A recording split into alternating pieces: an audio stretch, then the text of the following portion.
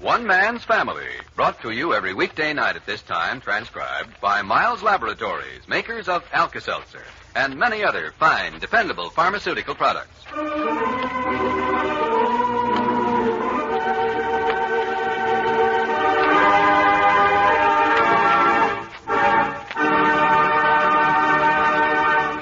Overheard between Clifford and Betty in Betty's kitchen. Hey, Betty, you don't need a diet. Turn around here. Oh, you're beginning to look as skinny as a bird dog. I'm not either.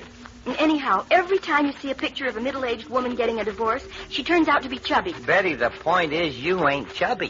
Why does everybody try to talk me out of this diet? Tell Mother Barbour I appreciate the chicken soup, and I'll eat it.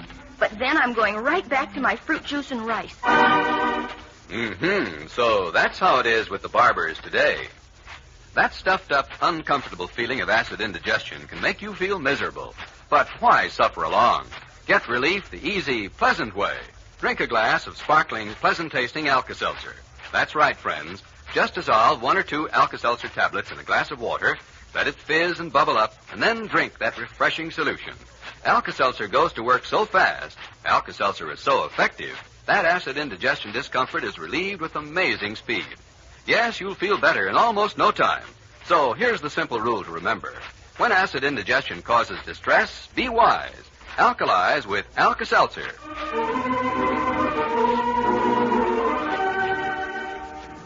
Chapter 6, Book 79. A stiffening breeze from San Francisco Bay is sweeping across the seawall into Henry Barbour's garden. It is 5 o'clock now, and Clifford Barbour, carrying a tray, makes his way from the back door of the family home through the hedge to Jack's house. Upstairs in the nursery, Nicollette is helping the 6 little girls with their baths, and Betty in the kitchen hears a queer repeated sound from the back steps. Clifford, unable to knock on the door, is bumping against it with his shoulder. Hey, Betty! Nicollette! Betty, open the door. Soup's on. Oh, I'm sorry, Cliff. I didn't hear you. What's all this? Ma'am, this is vitamin-packed chicken soup full of built-in goodness. Mom said your diet's made you so skinny you'll have to blow away in the wind. Oh, she shouldn't have gone to all that trouble. I'm not that skinny yet. Put it down on the table. Yeah, all right. Now, what's more, you're to eat it while it's hot. Hey, turn around here and let me look at you. I've lost 6 pounds already, see? Only 6? Baby, you're looking kind of gaunt. And I'm not either. Anyhow, I can't abide women with a middle-aged spread, and I don't think husbands like them either. Well, who says so? Well, you notice in the newspapers, Cliff, every time there's a picture of a woman getting a divorce, she always turns out to be chubby. Betty, the point is you ain't chubby. You never were. Why does everybody try to talk me out of this diet? Tell Mother Barbour I appreciate the chicken soup, and I'll eat it, but then I'm going right back to my fruit juice and rice. That sounds pretty doggone grim to me. If the South Koreans can stand it, so can I. They don't even get the fruit juice. Hey, look, you're wobbling on your pins. Not either. Come on, sit down. No, come on now. I got orders. Now, I'll take the lid off. Now, sit down there. Come on. Now, taste. Well, you're skinny as a bird dog, Betty. What does Jack say about this dieting stuff? Doesn't pay much attention. I've had sauerkraut juice and rice for 5 days, and he hardly notices what I'm eating. Ooh. It isn't so bad after the first 45 hours. That is the worst combination I ever heard of. Ooh, who thought of that one? It's Dr. Lee Wong's 15-day reducing diet. Oh, yeah. The latest, huh? 10 more days of it? Mm-hmm. Well, if you can still stand up, you'll probably have hips like a snake. That's exactly what I want. Come on now, eat that soup. I can't go home till the bowl's empty. Them's orders, pal. Now, pick it up and drink it down. I almost could. It tastes so good. Hey, look, Slim, how do you feel? You kind of woozy? Come on, tell me the truth. Now, lift up your hollow eyes and look at me. Well, I do get a little weak. Thank goodness Nicolette's here to help me. What does she say about this dieting? Nothing. Why? I just wondered. What do you mean, Clifford? Hasn't she mentioned the concentration camps in Germany or anything like that? No. Why? Well, maybe she's been in America long enough now to take things in her stride. But I remember when she first came over here after the war, she made us quite a speech one night. About dieting? Mm-hmm. She could hardly pick up a magazine without reading about some new diet. It hit her kind of hard. I guess I'm just being stupid. I don't know what you mean, Cliff. Well, after seeing the DP camps and truckloads of underfed refugees, here suddenly she was in a country where, with an abundance of everything, women were deliberately starving themselves trying to get skinny. Oh. Yeah. I remember her saying that sometimes the world just didn't make any sense to her at all. Well, she kind of smiles when I eat my rice, but she hasn't said a word about it. Good old Nicollette. She's wonderful. We did a washing today and half an ironing, and now she's giving the kids their baths. I don't think even Jack realizes how much she does around here. I don't know how in the world I'd ever get along without her, especially now. We couldn't afford to pay anybody. And I think she really does love our home. Oh, hey, what's the matter? Don't mind me. I'm jumpy, I guess. Oh, I am. All right, tip that bowl up now. Drink it down. Okay. Well, Clifford. Oh, hi, Nicollette. Oh, what is this wonderful fragrance I smell? Oh, Mother Barbour's chicken soup. Now, there is concentrated energy, huh, Betty? Mm-hmm. Mom thinks that soup will cure anything but elephantiasis.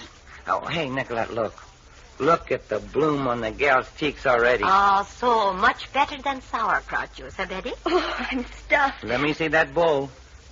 Okay, I can go home now. I was under orders, Nicollette. Tell Mother Barbour thanks very much. I'll bring the bowl back tomorrow. Okay. Tell Jack I said to stop in over at home. I haven't seen much of him lately. He is so tired at night when he gets in from the office. Yeah, last time I saw him, he said things were kind of rough down there. Well, so long, Betty. Thank you, Clifford. So long. It's quite a breeze out here tonight. Good night, Cliff. Night. Now, what shall we do next, Betty? Shall we make the salad? You sit down. I'll make it. No, I like making salads. When I open a hydrator and see all those vegetables, I get the same ecstatic feeling I used to get from symphony concerts. I still cannot get over our abundance, Betty. This blessed abundance. Nicollette. Huh? You think I'm silly, don't you? Why? My diet. Oh, no. Cliff told me what you said when you first came over here. I said about what?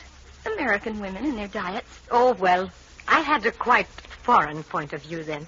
You've changed it, haven't you, Nicollette? Well, I understand things better. I was going to tell you, you should go up and see Sharon Ann. She found the Christmas ribbons from the wrappings in the closet from last year. And they are all now standing in front of your mirror, doing their hair a different way. All 6 of them. It is a scream. Oh, Jack will laugh at dinner when he sees them. It will cheer him up. You didn't finish what you were saying. What? You started to say you understand it better now, about diets. Oh, well, you see what I have realized about all these diets, and this I did not guess when I first came here. I see that many women here are quite as desperate, in another way, as those starving ones I saw in Europe. There they were starving for want of food. And here, so many are starving for want of love. But not you, Betty. You are a well-loved woman, and that should make you happy. How can you say that when you've seen what's happening?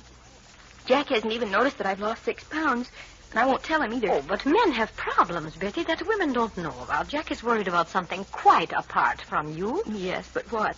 It is a thing at the office. No doubt it will pass. But why doesn't he talk it over with me? Have you asked him to? Oh, sure. What does he say?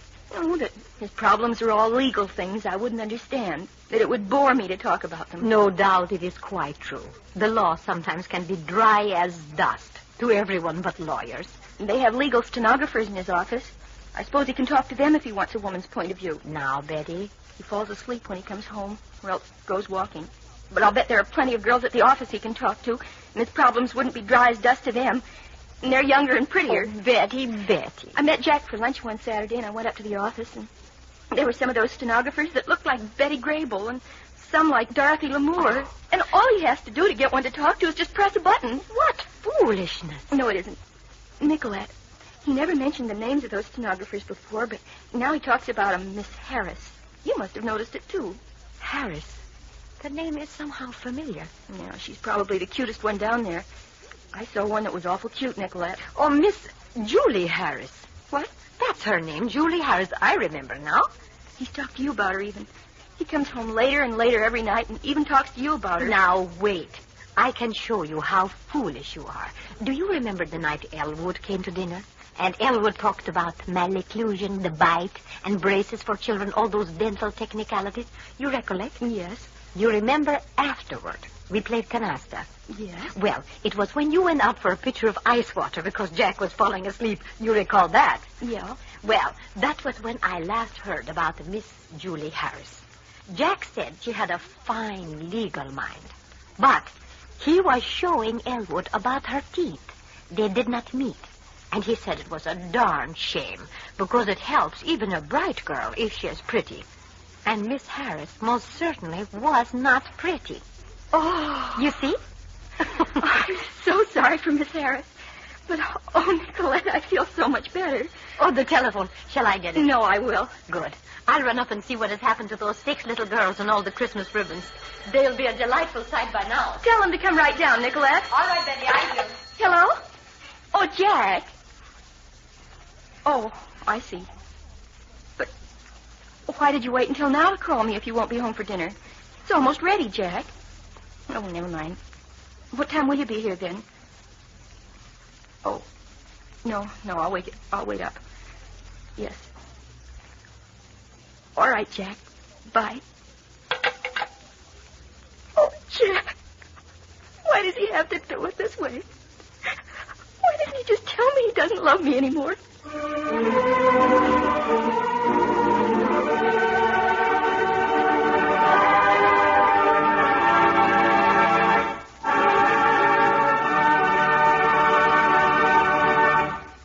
The Barbours will be back in just a moment. I wonder how many of you folks are suffering from discomfort of a cold right now. Well, I had a good start on a cold this past weekend, but I remembered your advice. When you take cold, take Tabson quick. And that's exactly what I did. And you seem to be feeling fine. Oh, I am. My cold symptoms are all gone. I took Tabson just as it says to do on the direction sheet. And really, Mr. Barton, I was amazed how soon my nose and head felt better. Well, that's what the antihistamine in Tabson does. Helps to relieve sniffles and sneezing. Yes, and the feverish, headachy feeling of a cold, too. Well, there are special ingredients in Tabson to relieve that condition. And that's why you'll find that no ordinary antihistamine alone offers as complete relief from cold symptoms as Tabson. Well, I'm certainly convinced. And I can tell you, we're going to have Tabson on hand during the cold-catching season. That's mighty wise. And friends, it's a tip for you, too. Ask your druggist for Tabson now, and try it next time you feel a cold coming on. Yes, when you take cold, take Tabson quick. That's Tabcin, Tabson. The bright red tablets in the bright red package.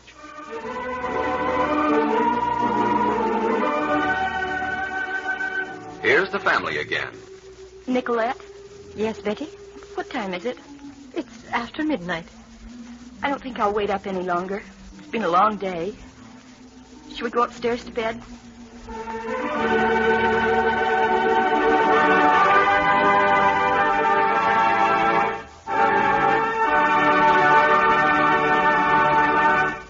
Now, don't forget, friends, next time you take cold, take Tabson quick. Feel better quick. Tabcin, Tabson. Now at all drugstores for relief from symptoms of cold. Tabson is the improved antihistaminic tablet made by the makers of Alka-Seltzer. Tabson relieves sniffles and sneezes, the watering and itching of the eyes and nose, but Tabson does more. It can also relieve quickly and effectively the headache that is so often a part of the misery of a cold. That's Tabson, Tabcin, for relief from cold misery. The bright red tablets in the bright red package at all drugstores.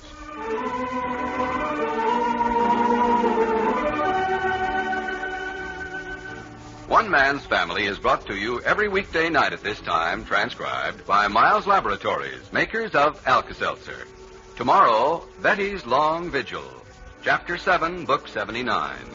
This is a Carlton E. Morse production, directed by Michael Raffetto.